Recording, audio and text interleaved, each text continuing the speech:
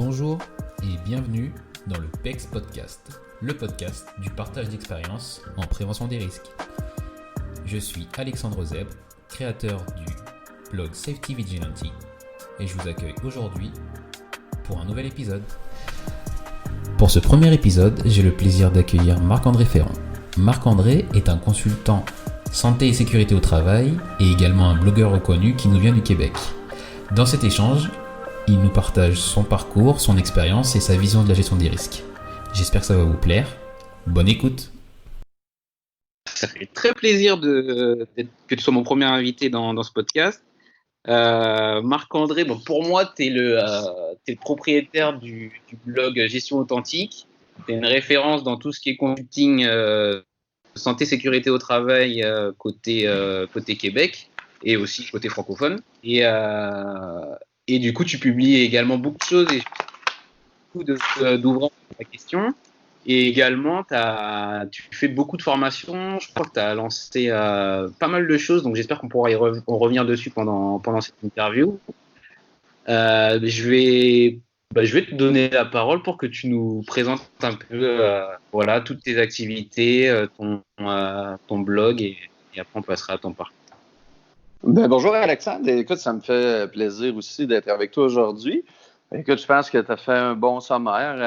Je suis un passionné de gestion de la santé et sécurité au travail.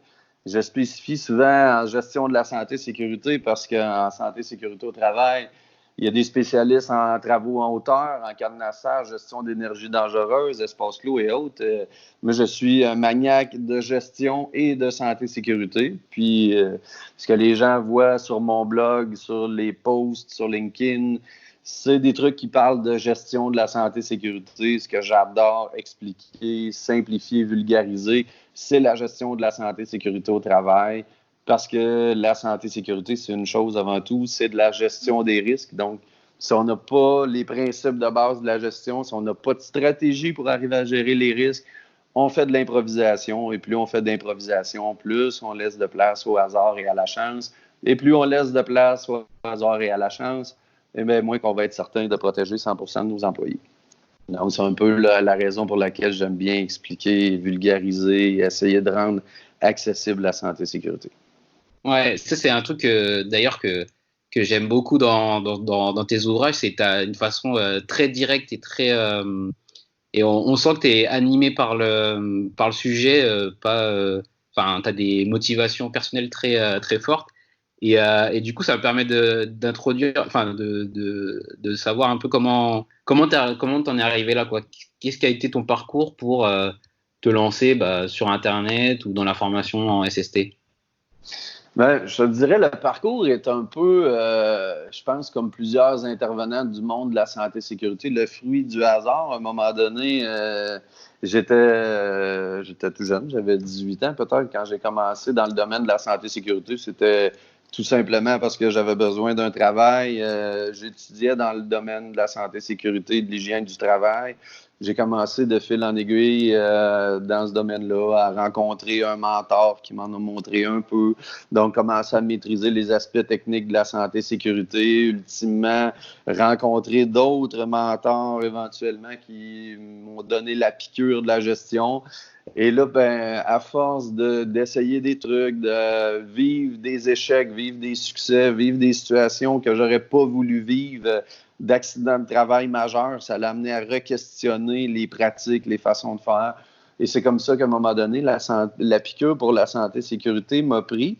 L'écriture de bouquins, la vulgarisation, tu sais, souvent je dis mes livres ont toujours le même format et devraient être lisibles par n'importe qui ne connaît pas la santé et sécurité et compréhensible pour n'importe qui ne connaît pas la santé et sécurité en moins de 4 heures. Et le pourquoi que je me suis mis à écrire sous ce format-là et à vulgariser comme ça, c'est que souvent, je regardais les livres de santé et sécurité, il y avait 600, 700, 800 pages avec des graphiques qui tournent en rond, des flèches pointillées qui tournent vers le triangle. Si tu n'es pas quelqu'un avec un MBA en santé et sécurité, tu ne comprendras strictement rien de ce qui est écrit là-dedans. Et la réalité, c'est que les gestionnaires de nos organisations, c'est des ingénieurs, c'est des électromécaniciens, des électrotechniciens qui ont progressé dans l'organisation et qu'il faut qu'ils gèrent la santé et sécurité. Et jamais de leur vie, ils vont lire un livre de 800 pages en santé et sécurité. Ils n'ont pas beaucoup de temps à mettre. Et s'ils ne sont pas capables de comprendre le pourquoi rapidement qu'ils doivent faire telle action, ben ils ne le feront pas. Donc, c'était un peu la... Du coup, ça résonne avec un truc que tu as dit dans cette première partie de réponse, c'est que des fois, on met en place des tas de choses. D'ailleurs, on est assez coutumé du fait côté prévention, sans trop prendre en compte les personnes qu'on a en face. Et du coup, tu as exprimé que tu avais eu des échecs dans ton parcours. Est-ce que tu pourrais en partager l'exemple d'un pour Ben, écoute, dans le début de ma carrière, je travaillais pour une papetière. Mon premier emploi, ce que vous appelez préventeur en Europe, nous ici on appelle coordonnateur santé et sécurité. J'étais dans une usine de 600 personnes. Ça faisait à peu près 3 à 4 mois que j'étais là. J'avais à peine quelques mois d'expérience derrière moi et on a passé très près de tuer un travailleur, un monsieur qui est tombé d'une 40aine de pieds d'auteur dans une fosse dans laquelle il y avait des vis sans fin et le monsieur a passé à travers les vis sans fin et est ressorti, je te dirais, broyé pratiquement de ces équipements-là, mais en vie. Et ça a été un moment très déterminant dans ma façon de voir la santé et sécurité au travail parce que l'organisation dans laquelle j'étais étaient des hyperactifs en matière de santé et sécurité et à peu près tout ce que tu peux imaginer existait. Les grandes campagnes de sensibilisation et tout le kit, les prix, les procédures, etc. Et je ne comprenais pas pourquoi que ça ne fonctionnait pas. Et je me suis même questionné. Ce que je me suis rendu compte, c'est qu'on était dans une approche de mettre 80% d'efforts pour obtenir 20% de résultats, plutôt que de travailler à l'inverse sur le 20% d'efforts qui allait nous donner 80% de résultats.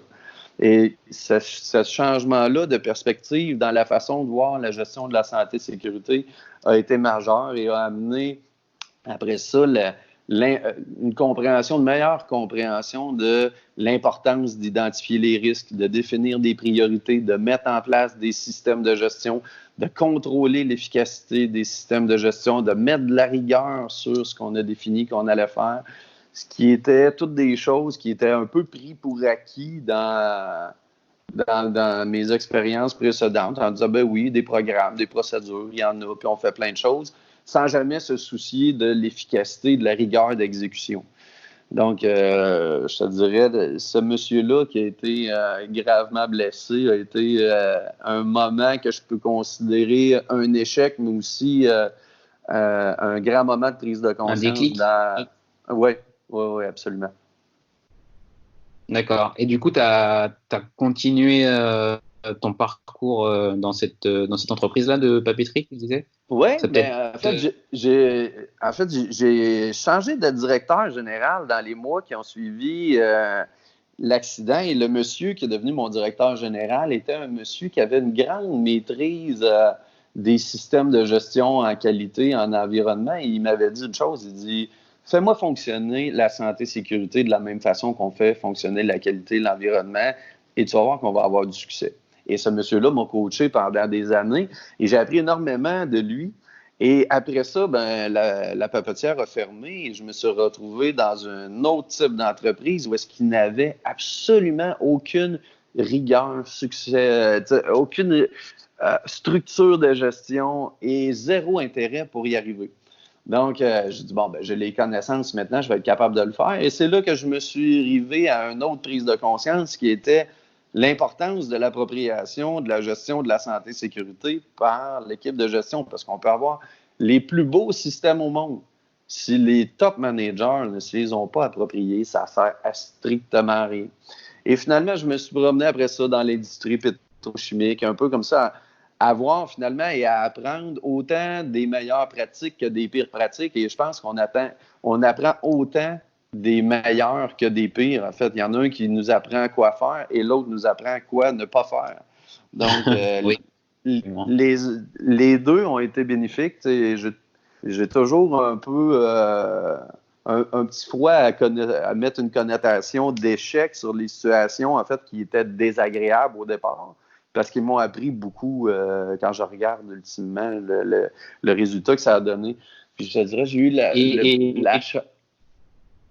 Oui, vas-y. Ouais. Excuse-moi, je disais, ouais, et du coup, quand tu étais dans cette deuxième expérience, du coup, qui était plus compliquée, enfin, finalement, comment, de manière assez pratique, tu t'en es tiré de ça? Comment tu as réussi à manœuvrer, ou en tout cas convaincre ton comité de direction ou ta ligue managériale pour justement les impliquer et progresser sur ces enjeux-là? Ça, c'est vraiment une drôle de question parce que la façon que je me suis tiré, en fait, j'ai tout simplement quitté l'organisation après m'être rendu compte qu'il n'y avait absolument rien à faire. D'accord. Je te dirais, il n'y a pas pire qu'un aveugle qui ne veut pas voir. Et ça, c'est un constat qui est extrêmement malheureux. Je te dirais, si c'est pas à toutes les semaines, à toutes les 2 semaines, je reçois des appels de gens de santé sécurité qui sont au bord de la dépression, qui voudraient faire réussir leur organisation, qui en dorment pas la nuit parce que ils voudraient donc que ça fonctionne et ils font face à des équipes de direction qui en ont strictement rien à foutre et il n'y a rien à faire avec ça. Absolument rien à faire. En fait, quand on est dans un rôle de soutien en santé-sécurité, on peut exercer une influence sur une équipe de gestion, mais on ne pourra jamais les contraindre à exécuter quelque chose parce qu'on n'est pas dans la ligne hiérarchique. Donc, on peut influencer, mais on peut seulement influencer quelqu'un qui veut être influencé. Quelqu'un qui ne veut pas être influencé, on peut se souhaiter bon succès, bonne chance, en fait, pour arriver à faire une démarche comme ça, mais les chances de réussite sont extrêmement minces. Et dans l'organisation où j'étais, qui était dans une structure gouvernementale extrêmement bureaucratisée, c'était une perte de temps absolue. Donc, j'ai décidé d'aller avoir du succès ailleurs que dans cette organisation-là. D'accord. C'est à ce moment-là que tu t'es lancé ou c'est peut-être un peu de l'expérience? Non, écoute, après ça, j'ai eu quelques expériences de directeur finance, directeur ressources humaines, donc dans d'autres fonctions d'organisation. Et écoute, après une couple d'années, j'ai décidé de revenir à la base de la santé-sécurité. J'ai réalisé que j'avais pas nécessairement le profil d'avoir un patron, que j'aimais bien exprimer haut et fort ce que je pensais. Donc, écoute, je ne suis pas un personnage très politisé. Donc, s'il y a quelque chose que je pense, habituellement, je le base sur des faits pour être sûr que je ne suis pas dans le tort. Et les faits, ben, c'est des faits. Hein, c'est des trucs qui sont difficilement contestables. Donc, aujourd'hui, j'écris ce que je veux et ce que je pense. Et c'est ce que je communique. Et je te dirais, dans la gestion authentique, il y a un employé, c'est moi. Et je n'ai pas l'intention de grossir ni de rapetisser la structure. Et ça me permet de ne pas avoir à m'ostiner longtemps avec des gens, à savoir est-ce qu'on devrait dire ça, est-ce que ça devrait être correct, pas correct, est-ce que ça va froisser des gens. Tu sais, je te ferai l'exemple d'hier, je faisais un post sur LinkedIn à propos de la courbe de Bradley, de Dupont, qu'à chaque fois que j'adresse ce sujet-là pour dire aux gens, remettez en question ces notions-là. C'est comme s'adresser à une religion et dire que peut-être que le sujet est erroné ou quoi que ce soit et les gens vont réagir de manière forte, mais j'assume totalement les propos que j'amène. D'accord. Alors, donc du coup, ça t'a convaincu de partir sur le consulting, on peut dire, ou la consultation comme. Ouais, ben en fait, c'est ce que j'avais réalisé. Ouais, et t'as commencé. J'ai commencé il y a 8 ans en consultation en gestion de la santé-sécurité, puis j'avais choisi ce créneau-là parce que j'avais vu les succès et les échecs que j'avais eus, je comprenais le pourquoi des deux, et ce que je voyais, c'est que c'était juste un scénario qui se répétait dans des centaines, des milliers, voire des dizaines de milliers d'organisations, et que peu importe où est-ce qu'on était, c'était toujours la même raison ou les mêmes raisons pourquoi que ça marchait pas. Et je dis, bon, ben, on va essayer d'expliquer ça aux gens. Ce qui a amené à écrire un premier livre, à partir du moment que j'avais écrit un premier livre, ben, je dis, tiens, j'ai une histoire à raconter. Donc, je me suis mis à donner des conférences qui portait sur les principes du livre. Et en donnant des conférences, les clients se sont mis à arriver. Et là, c'est là que je me suis mis à faire plus de consultations. Et c'est un peu comme ça que la boucle est partie. Mais j'ai vraiment une fascination pour la gestion de la santé-sécurité en entreprise. Et souvent, ce que je dis à mes clients qui sont des gens de prévention ou du personnel de soutien en santé-sécurité, je leur dis souvent, il n'y a pas beaucoup de pires nouvelles que vous pouvez annoncer à un gestionnaire qui doit faire de la gestion. Et c'est une drôle de réalité, mais je te dirais maintenant, presque 10 ans après m'être parti, je regarde ça et c'est vraiment le constat de base. Souvent, les gens veulent que les travailleurs se responsabilisent et développent des comportements sécuritaires. Et quand on leur demande c'est quoi leur stratégie pour en arriver là, là, c'est des points d'interrogation qu'on voit dans leurs yeux. Et quand on leur dit, il faut que tu analyses tes risques, il faut que tu reviennes à éliminer, à réduire à la source les dangers, que tu définisses des programmes, des procédures qui définissent clairement les rôles et responsabilités des gens, qu'il faut les enseigner dans des systèmes de formation, évaluer les compétences des gens, mettre en place des programmes d'audit à l'interne, à l'externe, mettre de la rigueur d'exécution, des revues de direction, etc. Oh, là, on tombe dans quelque chose de complètement différent. Et là, on comprend que finalement, la santé-sécurité, ça n'arrive pas en claquant des doigts et ça n'arrive pas en remettant des t-shirts ou des casquettes que c'est écrit « J'ai la santé-sécurité en tête », alors que c'est ce que les gens souhaiteraient. Tout ce qui n'est pas de la gestion, les gens voudraient l'acheter, voudraient acheter du changement, alors qu'il ne passera jamais dans un autre canal que faire de la gestion. Et toi, du coup, c'est vraiment ça.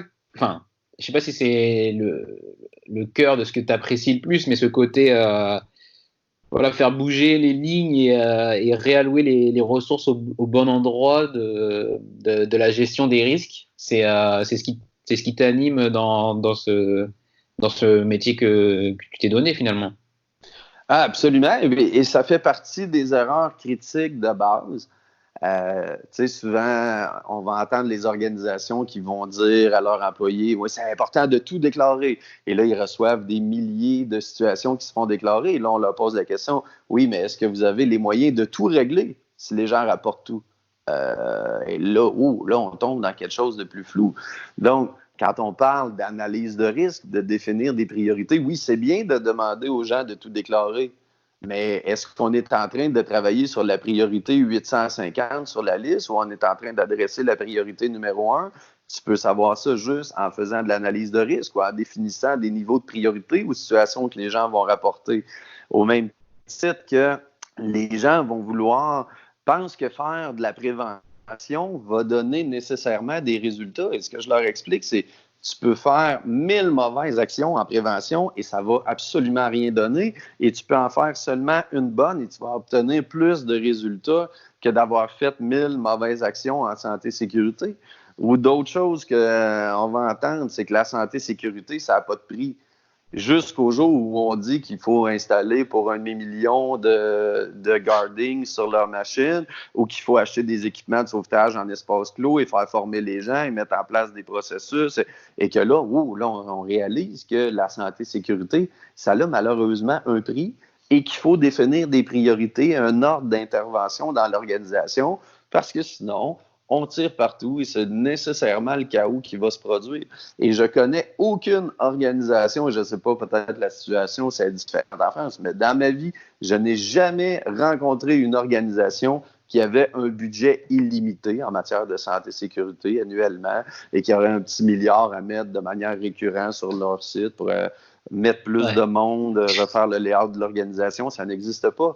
Donc, il faut cibler des priorités et marcher en ordre de priorité. Ouais, c'est sûr. Ouais, mais c'est de la gestion des risques, mais c'est de la gestion des ressources au sens large. C'est quelque chose d'assez commun dans une entreprise, mais le sujet de la SST ou de la sécurité et de la prévention des risques, souvent, il est mis comme quelque chose de différent et c'est là où on n'est pas cohérent dans les messages qu'on porte, quoi. Ah, tout à fait. En fait, tu pouvais pas mieux cibler le propos. C'est comme si la santé-sécurité était quelque chose d'à part qui devrait venir. Tu sais, on va souvent entendre il faut que ça soit une valeur, il faut que ça vienne des gens, il faut qu'ils veulent se protéger pour les bonnes raisons, etc. Mais ça ne viendra jamais naturellement comme ça, jamais comme dans jamais. Souvent, je dis aux gens, je te donnerai un exemple, tu sais, oui, il faut que les gens aient des comportements sécuritaires, mais être plus précis que ça, par contre, il faut que les gens aient les comportements désirés par l'organisation. Et qu'est-ce que ça veut dire, ça? Souvent, je pose la question aux gens, vous avez combien de programmes de cadenassage pour gérer les énergies dangereuses chez vous?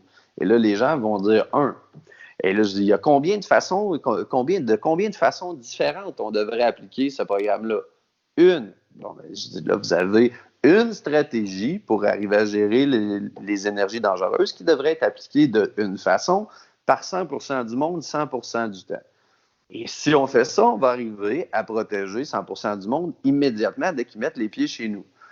Qu'est-ce qui arriverait dans une organisation qui a 500 employés et qui dirait à leurs employés de se cadenasser sécuritairement et qui n'ont pas mis en place de programme de cadenassage? Bien, il y aurait 500 façons différentes de se cadenasser et ça serait de l'improvisation généralisée et jamais qu'on pourrait assurer la sécurité de nos employés. Donc, si ça, c'est vrai pour la gestion des risques reliés aux énergies dangereuses, combien de programmes de travaux en hauteur appliqués de combien de façons différentes on veut avoir, combien de programmes d'entrée en espace clos, combien de façons de porter les équipements de protection individuelle, combien de façons différentes de faire les analyses de risque, les investigations, les enquêtes, analyses d'accidents, tout ça doit être défini dans un système de gestion qu'on devrait parfaitement maîtriser et appliquer avec une rigueur sans compromis. Alors, il y a juste pour repréciser, parce que du coup, le cadenassage, moi, j'ai déjà utilisé beaucoup dans les travaux normatifs, mais cadenassage, c'est le mot québécois pour tout ce qui est consignation des énergies dangereuses. Pour oui, repréciser. Exactement. Je m'excuse pour...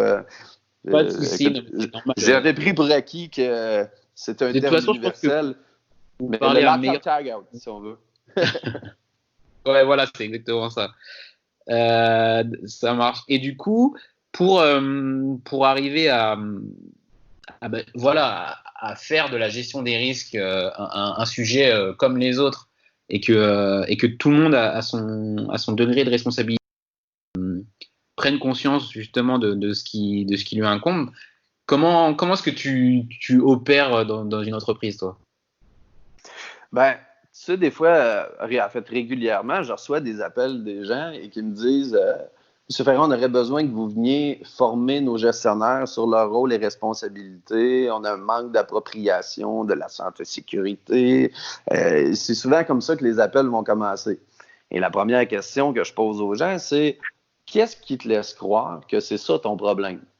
Parce que s'il y a un manque d'appropriation des rôles et responsabilités, il peut y avoir différentes raisons pour ça. Ça peut être que les rôles et responsabilités ne sont pas définis. Ça peut être qu'ils sont mal définis. Ça peut être qu'ils ne sont pas compris. Ça peut être qu'ils ne sont pas communiqués. Ça peut être qu'ils sont enseignés, communiqués, mais qu'on ne valide pas la compréhension. Ça peut être qu'on ne met pas de rigueur sur l'exécution des rôles, etc. Donc, il peut y avoir peut-être 100 raisons différentes qui vont justifier cette raison-là, mais les gens vont sauter à la conclusion que les gens n'appliquent pas leur rôle, fait qu'ils ont besoin de formation sur les rôles. Fait que pour répondre à ta question, quand j'en reçois un appel, ce que je dis aux gens, si tu te présentais chez ton médecin et que tu lui disais, en arrivant dans son bureau, que tu veux des pilules, probablement qu'il te poserait la question sur c'est quoi tes symptômes, est-ce que tu as mal à la tête, tu as mal au rein, il te prendrait un prélèvement de sang, il t'enverrait passer un rayon X et tout ça pour arriver à transformer des perceptions en faits et être capable de poser un diagnostic précis sur c'est quoi la nature de tes problèmes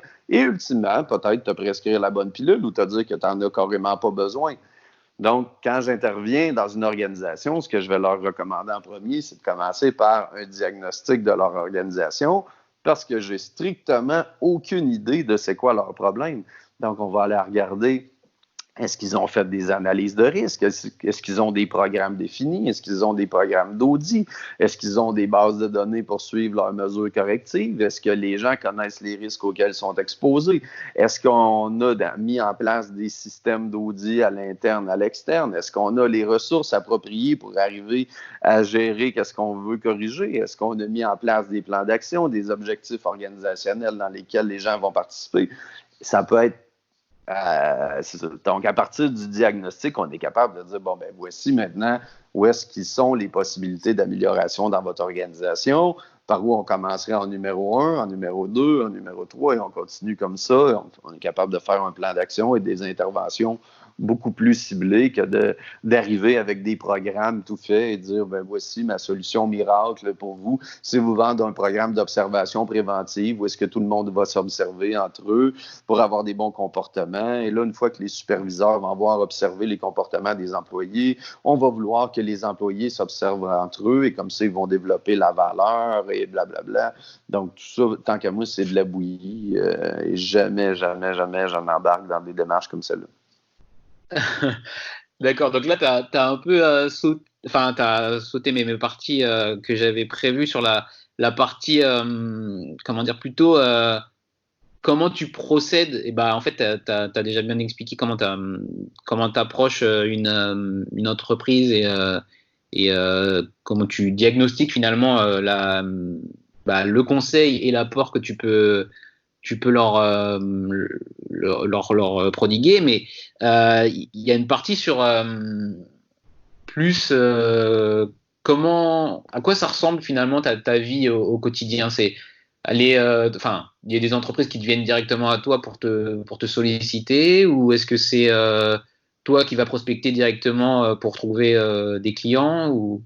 Non, je te dirais dans les premiers mois de démarrage de mon entreprise où est-ce que j'étais un total inconnu, il a fallu que je prospecte un peu. Mais je te dirais de façon générale, les gens vont me voir en conférence ou vont avoir lu un de mes livres, puis ils vont me trouver sur Internet, vont me contacter comme ça. Puis je te dirais c'est habituellement la porte d'entrée là. Mais je te dirais via les conférences, souvent. S'il y a une foule de 300, 400, 500 personnes, il y a quelques personnes qui vont avoir un déclic bien précis par rapport à une situation chez eux. Je te dirais habituellement, dans les 48 heures qui suivent, il y a habituellement 2-3 appels immédiats que les gens vont dire « Écoute, je t'ai vu hier, je veux absolument qu'on se rencontre. » C'est un peu comme ça que ça va arriver. Et du coup, finalement, enfin... Pourquoi le blog Gestion Authentique? Toi, tu t'es dit dès le début, il faut que je communique, et après, t'as fait ton livre, ça je comprends, mais pourquoi tu es parti sur Internet? C'était quoi cette volonté de écoute, on est dans une époque où est-ce que je considère qu'on est plutôt privilégié dans notre capacité de diffuser un message. Parce que si on recule 15 ans en arrière, dans une époque où est-ce qu'il n'y a pas de médias sociaux ou rien, arriver à diffuser un message qui allait rejoindre un auditoire intéressé dans un créneau aussi précis que la santé et sécurité au travail, il fallait que tu réussisses à rentrer dans un magazine spécialisé qui avait une publication trimestrielle, puis c'est à peu près ton meilleur espoir que tu pouvais avoir pour arriver à véhiculer un message. Puis après ça, tu pouvais faire des conférences dans différents événements, puis c'était probablement ce qu'on pouvait aspirer de mieux. Qu'il y a des milliers d'intervenants dans le domaine de la santé-sécurité et il y a aussi des milliers d'intervenants qui ont des besoins et qui n'ont pas de réponse à leurs questions. Donc, je trouvais que de véhiculer le message sur Internet via un blog, via LinkedIn, rendait accessible le message à tous les gens. Ils en prennent ce qu'ils veulent ultimement. Il y en a qui font des grandes prises de conscience. Il y en a qui c'est peut-être plus un rafraîchissement de connaissances. D'autres, un petit truc qu'ils vont aller chercher. Mais bref, l'information est là. Puis, je dirais, ça démocratise aussi beaucoup la possibilité de changer les choses. Avant ça, les gens qui avaient le plus de pouvoir pour changer les choses étaient ceux qui avaient les plus grands budgets, qui pouvaient se payer le plus de marketing dans différents événements, revues spécialisées ou autres, alors qu'aujourd'hui, toi, moi, n'importe qui veut se partir un blog en santé-sécurité a le pouvoir de le faire. Et s'il est intéressant et qu'il répond à un besoin, les gens vont y aller. Excuse-moi, je disais, ouais, en ce moment, je vois que du coup, sur LinkedIn, tu fais pas mal de petites vidéos et sur YouTube aussi, qui sont courtes, c'est comme des petites pastilles sécurité où c'est super, moi, ce que j'aime bien, c'est que c'est super brandé, enfin, je veux dire, c'est très, très coup de poing, quoi. on voit que tu as un message, je sais pas, sur la courbe de Bradley ou des trucs comme ça. Et du coup, en quelques minutes, tu passes ton message, t'es cash. Et tous ceux qui écoutent, moi je leur recommande, c'est super intéressant. Et ouais, j'ai vu que ces derniers temps, tu avais accéléré là, sur cette partie vidéo. Ouais, je te dirais, là, après ça, il y a une question d'optimisation du temps, parce que ça reste qu'il y a 168 heures par semaine pour tout le monde. Donc là, à un moment donné, une fois que j'ai dormi un peu moins, une fois que j'ai fait mes mandats de consultation, une fois que j'essaye d'arriver à livrer mon message de manière le plus efficace possible, et je me suis rendu compte aussi en lisant sur les médias sociaux que les gens passaient moins de temps à lire qu'à regarder des vidéos parce que ça demandait aussi un peu moins d'effort. Donc, j'ai suivi le courant. Puis, je te dirais aussi, mais je suis pas différent des autres, là. Prendre le temps de lire un très grand article laborieux, il faut que tu t'assoies, il faut que tu sois concentré, alors que si tu es en train d'attendre dans un stationnement ta conjointe au centre d'achat, au centre commercial, et que tu regardes une vidéo en attendant, ça passe le temps, et si ça dure 2-3 minutes, tu as retenu un peu d'informations en 2-3 minutes. Donc, c'est pour ça que j'ai augmenté l'utilisation du vidéo. Et je trouve que ça amène aussi un visuel en même temps qu'une explication. Puis j'essaie de rendre ça intéressant pour les gens, là. Tu vois, moi, je rejoins complètement parce que, pareil, j'ai commencé il y a quelques années maintenant, j'ai commencé par la rédaction d'articles. Et pour moi, c'est forcément plus long parce que tu as plus de préparation, plus de construction et c'est plus et c'est aussi plus long pour la personne qui va consommer entre guillemets le contenu. Donc du coup, ça te sépare un peu de personnes qui peuvent être intéressées. Et au bout d'un moment, quand tu veux faire passer une idée, il faut trouver quelque chose il faut trouver le bon médium, quoi, d'une manière ou d'une autre. Et c'est pour ça que là, justement, je lance le podcast. Moi, j'en consomme beaucoup et je pense que c'est un bon moyen, pardon, que ce soit dans la voiture ou dans les transports en commun, d'écouter un petit peu d'informations. Voilà, de spécialistes qui peuvent t'apporter quelque chose sur une notion que tu pourras peut-être pas le temps de chercher dans un article, quoi. Donc, Tout à je suis fait. pas passé à la encore, mais je trouve que c'est vrai qu'il faut trouver quelque chose qui fonctionne sur cet aspect-là. Et je te dirais, on n'est pas les inventeurs du travail à la chaîne, mais je peux te dire qu'entre m'asseoir et écrire 15 articles et aller dans un local et tourner 15 capsules de vidéo de 5 minutes, ça me prend pas le même temps. Ouais, il y a ça aussi. Ouais, effectivement, quand tu t'es programmé un temps où tu fais du travail à la chaîne, comme tu dis, t'es efficace et puis après, tu peux diffuser. Tout est installé, l'éclairage, la caméra, tout est là. Donc, c'est un après l'autre. C'est pas parce que je suis toujours habillé de la même façon que j'ai toujours la même chemise, c'est parce que je les ai toutes enregistrées la même journée. C'était donc ça le secret alors. Ça marche. Du coup, on a déjà fait un bon tour de ton activité, de comment tu vois tout ça. J'avais une question, j'ai encore deux questions sur la partie de ton activité. Qu'est-ce que tu as le plus appris finalement depuis que tu t'es mis à ton compte et que tu écris des blogs, tu interagis avec les gens, que tu fais des vidéos et que tu interviens dans plein d'entreprises en consultation? Il y a plusieurs choses, je te dirais. Ce qui est le plus plaisant, c'est de travailler avec les gens qui sont ouverts au changement, ouverts d'esprit et qui sont capables d'admettre qu'ils ont pu qu'ils ont pu commettre des erreurs en cours de route et qui se disent « Ah, ben oui, c'est vrai, maintenant, on va ajuster le tir. » Et je ne sais pas si tu as déjà entendu le vieux dicton qui dit qu'il n'y a rien de pire pour un être humain que d'admettre qu'il s'est trompé. Et ça, je le vois souvent. Si j'amène un propos qui est à l'envers ou à contresens d'un grand courant de pensée, tantôt tu nommais la courbe de Bradley, ou on pourrait parler de la pyramide de Bird ou Heinrich, ou tout ça, et que c'est ou toutes les approches comportementales en matière de santé et sécurité. Je vais avoir des gens pour qui ça va être une grande révélation qui vont dire « Colin, je peux pas croire que j'ai jamais vu ça avant aujourd'hui. » Et là, il y a un déclic qui se produit et là, après ça, ça devient hyper stimulant de travailler avec ces gens-là. Alors qu'il y a des gens qui vont prendre ça comme une gifle, comme si tu venais de les insulter et là, tu joues dans leurs croyances personnelles. Et ce que je me suis rendu compte avec le temps, c'est que dans la tête des gens, les croyances ont autant de valeur que les faits. Parce que pour eux autres, s'ils croient, nécessairement, c'est vrai. Donc, ils feront totalement abstraction. Tu sais, mon message est habituellement basé sur des faits. Je parle aux gens de la loi, je parle aux gens des principes de gestion, tous des trucs qui sont prouvés. Mais si ça vient à contresens de la croyance de quelqu'un, je te dirais, les gens vont souvent prendre ça comme personnel, comme si j'étais allé les insulter dans le salon chez eux. Donc, ok.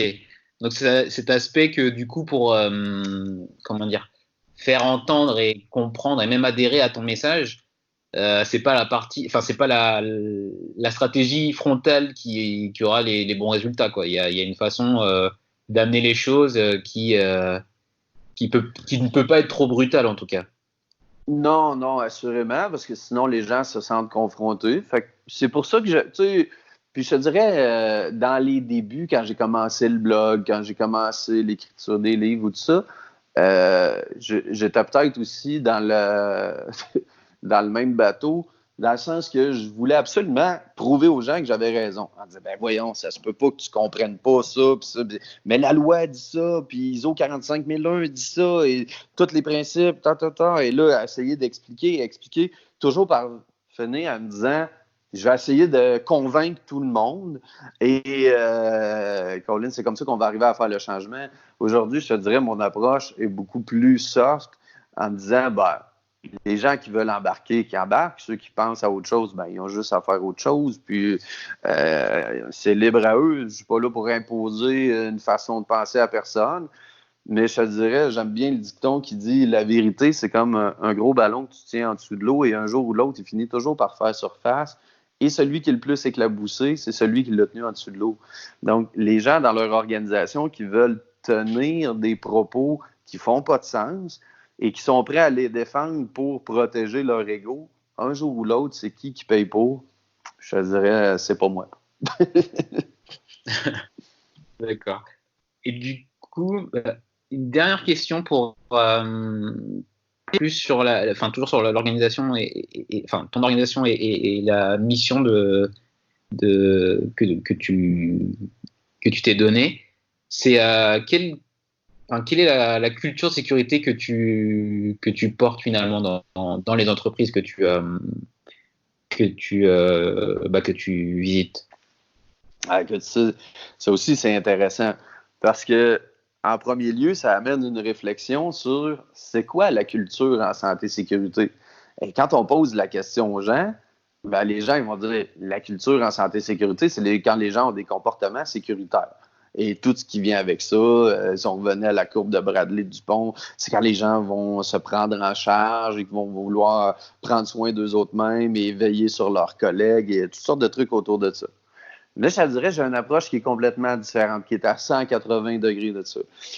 Tout ce que je ramène, c'est que la santé, sécurité, c'est de la gestion de risque et que la meilleure façon de gérer des risques, c'est de les éliminer et de les réduire à la source. Donc, ça veut dire que la culture, ça commence à un endroit. La culture en santé-sécurité, ça commence par le niveau de risque auquel une équipe de direction accepte d'exposer ses travailleurs. Et ça se résume très simplement. Ce que ça veut dire, prends la personne la plus insignifiante, la plus nouvelle, inexpérimentée, pas formée, que tu n'as jamais vue de ta vie, mets-la dans un environnement de travail éclairé, pas de trous, avec des machines protégées. Et qu'est-ce qui va arriver? Strictement rien. Et sur l'autre côté, prends la personne la plus expérimentée, la plus formée, l'icône de la vigilance et de la valeur sécurité, mets-la dans le noir, avec des trous, avec des machines protégées, et elle va finir par se blesser. Et prends-toi qui est dans le domaine de la prévention, prends-moi qu'on est là-dedans à temps plein, les gens qui vont écouter le podcast, c'est tous des fans de santé-sécurité qui en mangent, qui en lisent, etc. Ben, qu'est-ce qui va arriver si tu les mets dans le noir avec des trous? Ils vont tomber dedans. Donc, quand je dis la culture en santé-sécurité, ça commence par le niveau de risque auquel une équipe de direction accepte d'exposer ses employés plus on va diminuer le niveau de risque, plus on va s'assurer de protéger 100% des gens dès la première seconde qui vont mettre les pieds chez nous. Après ça, pour ce qui est de quand on ne peut pas éliminer et réduire à la source les dangers, qu'est-ce qui nous reste comme possibilité? Pas que les gens aient des comportements sécuritaires, mais bien que les gens aient les comportements désirés par l'organisation. Donc, souvent, je fais une petite règle de 3 aux gens, je leur dis, la culture en santé-sécurité, c'est quand les gens ont les comportements désirés par l'organisation. Et les comportements désirés par l'organisation, ça n'arrive pas par hasard, c'est le résultat de votre gestion. Donc, si on fait la petite règle de 3, si la culture en santé-sécurité, c'est quand les gens ont les comportements désirés par l'organisation et que les comportements désirés par l'organisation, c'est le résultat de notre gestion, eh bien, la culture en santé-sécurité, c'est tout simplement le résultat de notre gestion. Et la santé-sécurité, c'est de la gestion de risque. Et la culture, ça commence par le niveau de risque auquel on accepte d'exposer nos employés. Et les comportements désirés par l'organisation, ils arrivent par définir des rôles et responsabilités aux gens dans des programmes, les accueillir chez nous en les informant immédiatement des rôles et responsabilités attendus d'eux, évaluer leur niveau de compréhension après leur accueil. Après ça, mettre des plans de formation par poste pour continuer à former les gens en continu sur les rôles et responsabilités qu'on attend d'eux, parce que c'est pas parce qu'on les a formés il y a 8 ans sur un sujet, quand on les a embauchés, qu'ils s'en rappellent 8 ans plus tard. Et qu'après ça, qu'on doit les passer dans des évaluations de rendement, leur confier des objectifs, les impliquer à différents endroits dans notre stratégie, que ce soit dans l'analyse de risque, dans les recherches de solutions, dans les inspections de lieux de travail, dans les enquêtes analyses, etc. Essayer d'impliquer le plus de gens possible là-dedans. Et après ça, aller auditer pour contrôler l'efficacité de ce qu'on fait. Mais souvent, on va voir des organisations qui vont auditer, mais qui ne corrigent pas les écarts. Ça ne sert à strictement rien. Donc, ce qu'il va faire, des fois, on entend les gens parler d'amélioration continue en santé-sécurité et on dirait que nécessairement, il faut que ça rime avec des termes japonais de Kaizen, de Blitz, de 5S. Faire de l'amélioration continue en santé-sécurité, ce n'est que de mettre un système de gestion en place, de l'auditer, de corriger les écarts et on va le voir s'améliorer. Donc, écoute, je te dirais, c'est un peu tout ça. Donc, l'approche que j'ai, c'est revenons à la base, identifions nos dangers, éliminer, réduire à la source partout où est-ce que c'est possible et ensuite de ça, mettre en place des systèmes de gestion basés sur de l'exécution de rôles et responsabilités dans des programmes d'entrée en espace clos, travail en hauteur et autres, et s'assurer d'une parfaite exécution de nos systèmes de gestion. Donc, une responsabilisation totale des équipes de gestion sur la sécurité de leurs employés, plutôt que blâmer l'employé de ses comportements non sécuritaires, bien, se poser la question, est-ce que moi, comme organisation ou comme gestionnaire, j'ai tout fait ce qui est en mon pouvoir pour que mon employé se comporte adéquatement? Je dirais que c'est un peu le sens de la philosophie que je véhicule. Enfin, moi, je retrouve bien ta vision là-dedans dans les livres, dans tes ouvrages que j'ai pu lire et du coup, c'est forcément très cohérent. Et effectivement, je pense que c'est pas du tout la vision qu'on peut avoir dans beaucoup d'entreprises que je connais ou d'autres qui portent ce type de message sur les comportements des intervenants. Et effectivement, c'est très intéressant. Et du coup, on va passer à une partie plus une partie plus outils et références. Alors, qu'est-ce que tu conseillerais comme livre sur la prévention des risques pour quelqu'un qui veut continuer à approfondir le sujet? Écoute, dépendamment du niveau de maîtrise de la personne qui lit les livres ou d'où est-ce qu'il en est dans sa carrière ou dans son niveau de maîtrise des notions, un livre que j'adore, c'est Advanced Safety Management de Fred E. Manueli, qui est un auteur américain qui remet en question beaucoup de vieilles vaches sacrées de la santé-sécurité. Très, très, très, très bon livre de ce côté-là. Quelque chose qui peut paraître un peu drôle à première vue, mais il y a quand même un excellent livre qui s'appelle « La santé-sécurité pour les nuls ». Donc, dans la collection pour les nuls, il y a un livre sur la gestion de la santé-sécurité qui est très intéressant pour les gens qui commencent dans le domaine et qui ont une structure à mettre en place et qui ne savent pas par où commencer, ben, il y a quelqu'un qui s'est donné la peine de faire un petit pas à pas avec toutes les petites explications, les trucs, les pièges. C'est un livre que je recommande souvent. Je recommande souvent les miens parce que je trouve qu'ils vulgarisent bien ce que j'essaie d'expliquer aux gens. Puis, avant tout, le livre le plus important, et ça, peu importe les gens qui nous écoutent sont où sur la planète Terre, le livre le plus important que vous avez à maîtriser, c'est la loi qui s'applique chez vous. Et les gens, souvent, vont complètement ignorer ce qu'il y a dans la loi. Et moi, je te dirais, dans la réalité que je vis au Québec, ce qu'on va retrouver dans un système de gestion comme ISO 45001 ou SAS 18001, on va retrouver la même chose dans la législation. La recette de la gestion de risque, on ne peut pas la réinventer. Faire de la gestion, ça va toujours être de la gestion. Donc, ce qu'on va retrouver dans les législations, c'est faire l'identification des dangers, revenir à éliminer, réduire la source, mettre en place des programmes de prévention, assurer la formation du travailleur, voir à l'application des procédures, des programmes, etc. Donc, si j'avais un conseil à donner aux gens, lisez la loi qu'il y a chez vous et elle dit exactement ce qu'il faut faire pour arriver à gérer les dangers adéquatement. Et souvent, l'autre chose que je dis aux gens, le minimum que vous avez à faire en matière de santé et sécurité, c'est ce qu'il y a dans la loi. Et que vous soyez président, vice-président, directeur, gestionnaire de premier niveau ou employé, personne est autorisé à ne pas faire ce qu'il y a dans la loi, peu importe où est-ce que vous êtes sur la planète. Donc, lisez la loi qui est chez vous, comprenez-la, voyez le sens de chaque mot qui est écrit là, parce qu'habituellement, ce n'est pas des bêtises qui ont été écrites. Ça marche. Du coup, tu as mentionné alors Advanced Safety Management, je connaissais pas, donc je vais essayer de retrouver ça. Et la santé sécurité au travail pour les nuls, c'est ça? Ouais. Bah, écoute, le titre est en anglais. Je pense pas qu'il existe en français, mais écoute, faudrait que je vois si je description du podcast et les liens vers ton blog aussi, des livres que j'ai appréciés aussi. Donc au contraire, ça me dérange pas du tout de les recommander. Et après, sur une partie un peu plus outils digitaux, vu que tu es quand même sur Internet depuis un moment, quels outils toi tu utilises aujourd'hui pour la partie gestion des risques? Écoute, probablement que ce que je vais te donner comme référence, c'est pas nécessairement tous des trucs qui existent en Europe. Ici, pour gérer les énergies dangereuses, comment tu appelais ça? Ce qu'on appelle le cadenassage, toi, tu appelles? La consignation. La consignation, ici, il y a un logiciel qui existe qui s'appelle Conformit, qui est vraiment un bijou pour arriver à faire la gestion de la consignation. Je me suis promené quand même pas mal à travers Canada, États-Unis, à quelques endroits en Europe.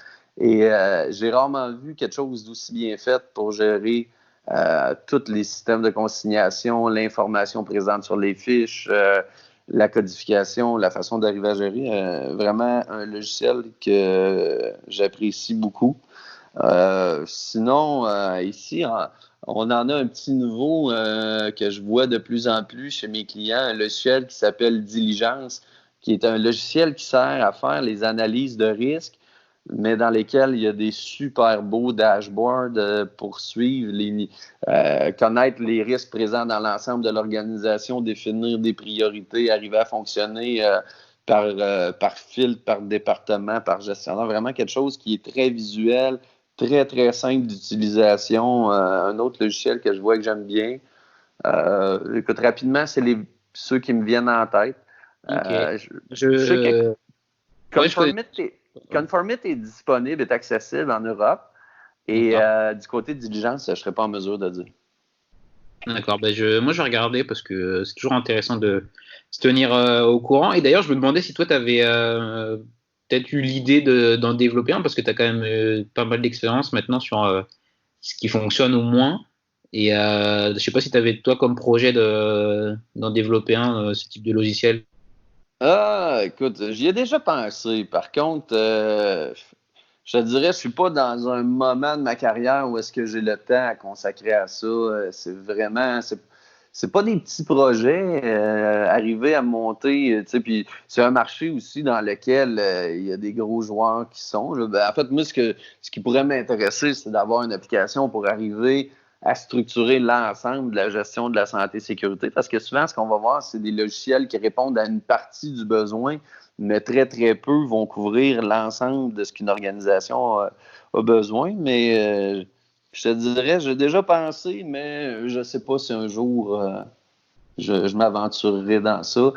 Je te dirais, si tu me posais la question, as-tu d'autres projets de développement, je te parlerais probablement des 4 autres livres que j'ai en tête, que j'ai juste pas le temps d'écrire, que j'ai bien hâte d'écrire. Je te dirais, j'ai un outil sur mon site, en fait, que je viens de déposer, là, dont la structure finale n'est pas complète, mais que j'ai appelé Diagnostic, qui sert à n'importe quelle organisation à aller s'auto-évaluer en matière de santé et sécurité. Donc, je te dirais, juste, tu sais, puis souvent, les gens n'ont pas nécessairement les moyens de s'embaucher un consultant, ou donc, ça vient permettre à peu près à n'importe quelle organisation de s'auto-évaluer. Je ne sais pas si j'irais beaucoup plus loin que ça du côté technologie. Ok. Du coup, je vais terminer par 2 questions plutôt sur la partie à venir de la prévention des risques. Et pour connaître un peu ta vision de comment est-ce que tu vois évoluer le métier de chez vous. Donc, tu dis coordonnateur santé-sécurité, ou chez nous, ou comme moi je les appelle, plutôt le métier de préventeur à moyen et à long. Écoute, mais hier, justement, je faisais un post sur la courbe de Bradley, puis il y avait un commentaire qu'une personne a mis en disant « Oui, mais tu nous parles de la courbe de Ferron et ça amène rien de neuf. » Et j'ai vraiment trouvé ça intéressant comme commentaire parce que, d'une certaine façon, c'est vrai. C'est juste la façon dont le message et l'explication est amené et vulgarisé qui est différente et nouvelle. Parce que la santé-sécurité, ça a toujours été de la gestion de risque. On pourrait remonter à 100 ans en arrière si on avait eu des ébauches de début de santé-sécurité. Il aurait fallu faire de la gestion. Et souvent, ce que je dis, peu importe l'organisation où est-ce qu'on va se trouver, que ce soit dans l'industrie pétrochimique, dans le nucléaire, dans le transport, peu importe, la seule chose qui va changer, c'est la nature des dangers qu'on a à gérer. Et faire de la gestion, ça va toujours être faire de la gestion. Ça va toujours être planifié, organisé, dirigé et contrôlé. Et je regarde la révision qui s'est faite de passer de OSAS 18001 à ISO 45001 dans les dernières années. Ça a pris à peu près 5 ans aux plus grands spécialistes de la planète à réviser la norme et pour arriver à une conclusion à la fin qu'on a changé 2 ou 3 virgules. Donc, quand même qu'on voudrait réinventer la gestion, on ne pourra jamais réinventer la gestion.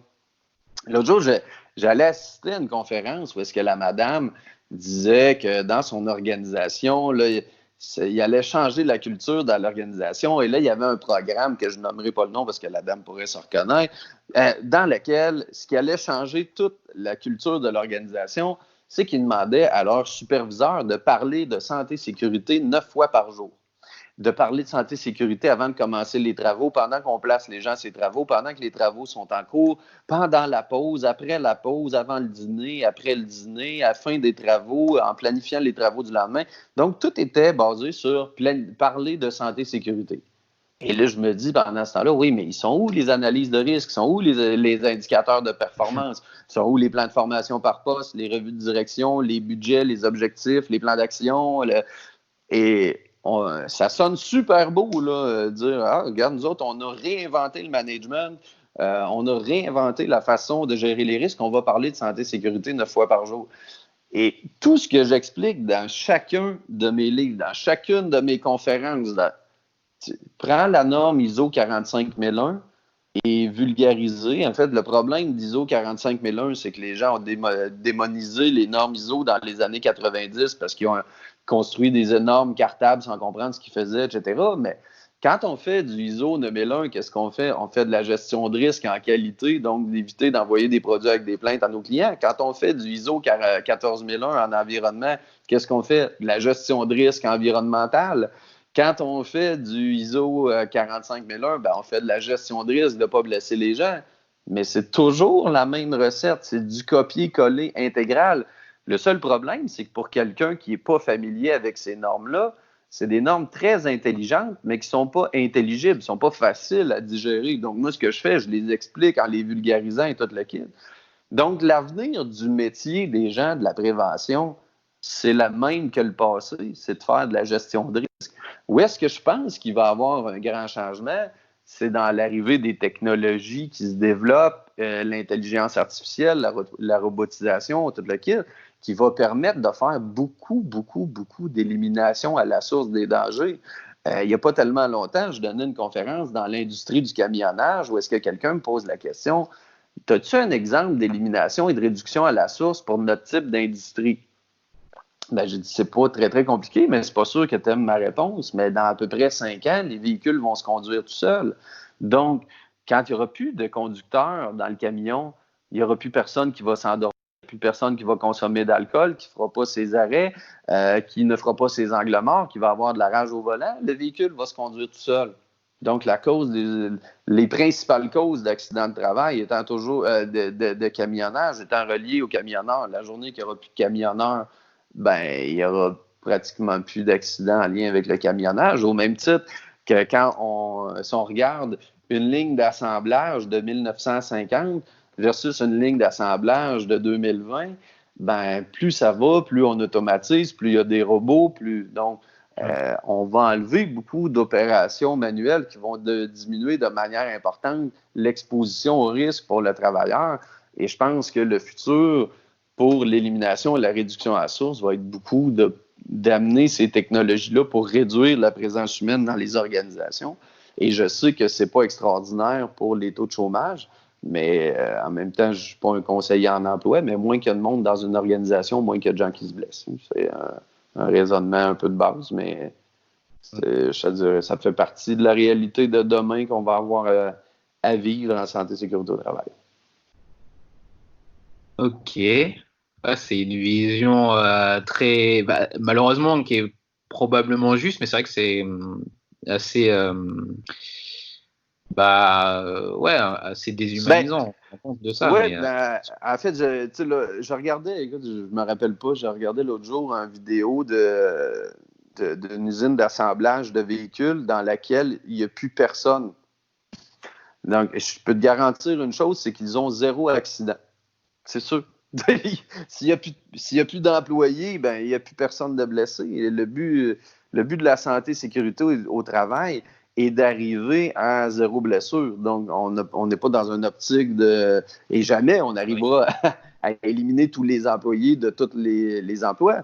Par contre, si je te parlais de la semaine dernière, j'étais dans une usine d'abattage où est-ce que des gens doivent accrocher 1500 volailles manuellement à l'heure. C'est 1 à toutes les 2 secondes et ils ont des problèmes monstrueux de musculo-squelettiques. Ben, la journée qu'on va avoir un appareil qui va être capable d'accrocher 1500 volailles à l'heure à la place d'un être humain, il n'y a pas personne qui va se plaindre de ça. Là. C'est clair. Et du coup, une dernière question pour terminer cette petite entrevue. Quel message toi t'aimerais du coup passer aux personnes qui seraient intéressées par le métier de préventeur, de responsable HSE, technicien, coordinateur santé sécurité, ou quelqu'un qui débute dans le métier? Je leur dirais premièrement, soyez patients. Parce que les probabilités que tout se passe exactement comme vous voulez de l'arrivée, vous risquez d'être fort déçus si vous pensez changer tout du jour au lendemain. Donc, c'est un travail de longue haleine dans lequel il ne faut pas se surprendre que la principale résistance au changement vient de l'organisation qui vous embauche et qui vous embauche pour que vous fassiez le changement. Donc, ce qui est quand même particulier. La résistance vient très, très, très rarement du travailleur, mais très, très souvent des équipes de gestion. Donc, ce qui est un peu paradoxal dans tout ça. Mais je vous dirais, dans les qualités qu'une bonne ressource de prévention devrait avoir, je dis souvent, ça prend des connaissances techniques, ça prend des connaissances de gestion, ça prend du savoir-être et ça prend du leadership. Et des connaissances techniques, c'est habituellement ce qu'on va retrouver le plus fréquemment. Mais je vous dirais, si vous avez toutes les connaissances techniques du monde et que vous n'avez pas de savoir-être, personne ne va vous écouter. Donc, travailler sur vous-même, sur votre façon d'approcher les humains, comprendre la communication, toute l'interaction entre les individus, les contextes politiques dans lesquels vous allez intervenir, tout comprendre, cette dynamique-là est très, très, très importante pour arriver à avoir connaissances techniques, aptitudes relationnelles. La santé, sécurité, c'est de la gestion de risque et la gestion, ça ne s'invente pas et ça ne se réinvente pas. Si j'avais un conseil à vous donner, comprenez ce qui est écrit dans les normes ISO, donc ISO 45001. Nommez pas le nom parce que ça fait peur aux gens, comme la peste, les normes ISO. Donc, pour ceux qui ont vécu des mauvaises expériences, ils gardent des stigmates très douloureux. Donc, mais comprenez les principes qu'il y a en arrière de ça et orientez vos interventions en fonction de ce qui est dans ça. Et je vous dirais, c'est un bon gage de succès et de réussite. Et vous n'êtes pas en train de réinventer la roue. Vous prenez les principes que les meilleurs au monde ont pris et vous les mettez en application. Et normalement, ça devrait bien fonctionner. Donc, pas réinventer la roue. Et avoir du leadership, il faut que vous soyez prêt à un moment donné à vous exposer. Et il faut que vous soyez en mesure, je dis souvent, s'il y a une question qu'un leader doit être apte à répondre, et peu importe qui il est, c'est une question qui est un mot, c'est pourquoi. Pourquoi on est en train de faire ça? Pourquoi c'est par là qu'on s'en va? Pourquoi c'est ça la priorité? Pourquoi il faut faire des analyses de risque? Pourquoi il faut éliminer, réduire à ça? Pourquoi il faut définir des programmes? Pourquoi il faut contrôler l'efficacité de ce qu'on fait? Pourquoi ça prend des revues de direction? Pourquoi? Et si vous n'avez pas la réponse à ces pourquoi-là, qu'est-ce qui va arriver? Probablement que vous allez rester en retrait dans votre bureau. Et plus vous allez rester en retrait dans votre bureau, plus vous allez perdre de la crédibilité aux yeux des gens. Et plus vous allez perdre de crédibilité aux yeux des gens, moins vous allez avoir de leadership. Et moins vous allez avoir de leadership, moins il y a de gens qui vont vous suivre. Donc, c'est un peu une espèce de cercle dans lequel je vous dirais maîtriser les connaissances techniques, c'est important. Et ça, c'est facile à aller chercher ce qui vous manque.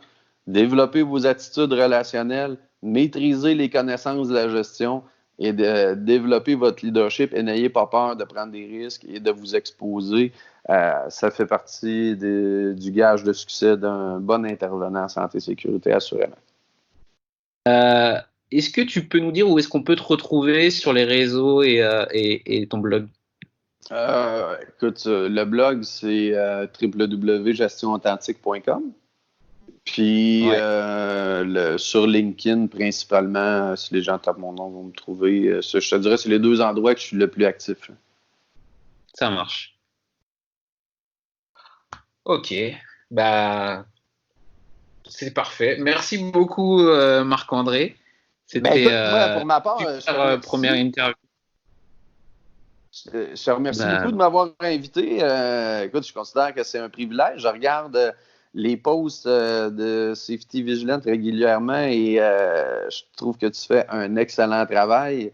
Continue. Je pense qu'il n'y aura jamais trop de gens audacieux et jamais trop de gens qui vont intervenir pour véhiculer des messages qui vont amener notre milieu à changer et je t'encourage à continuer encore longtemps. Écoute, merci beaucoup. Je pense qu'on peut s'arrêter là et puis à bientôt, Marc-André. Merci beaucoup. Merci d'avoir écouté cet épisode. Si vous avez apprécié, vous avez deux manières pour me le montrer. Tout d'abord, en laissant un commentaire et une évaluation 5 étoiles sur iTunes ou toute application de podcast que vous utilisez. Et enfin, en parler à quelqu'un qui pourrait être intéressé, un préventeur, quelqu'un du métier, à qui vous pourrez recommander ce podcast. Merci beaucoup et à la semaine prochaine.